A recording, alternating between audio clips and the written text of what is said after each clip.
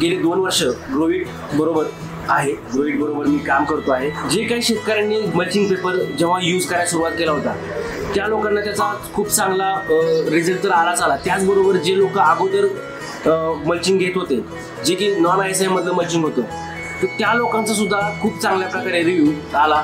कारण ग्रोविटचे जे प्रोडक्ट आहेत ते खूप चांगले आहेत. जसं की मल्चिंग पेपर असतील, क्रॉप कव्हर आहेत, ॲग्री वायर आहेत, ॲग्री थ्रेड्स आहेत, त्याच्यानंतर प्लांट कव्हर असतील किंवा फ्रूट कव्हर असतील. तर ह्या जे काही प्रोडक्ट आहेत, तर आपण बघू शकता की काकडीचं आता वय जवळजवळ 3.5 महिने होत आलेला आहे. काकडी आता संपल 4-5 दिवसात आता आणि मिरची चालू होईल. तर दोन्हीची पण ग्रोथ, काकडीचं पण हार्वेस्टिंग 2 महिन्यात व्यवस्थित झालं आणि मिरचीचं आता फुलकळी लागून आता फळधारणा. Grow it, we help you grow.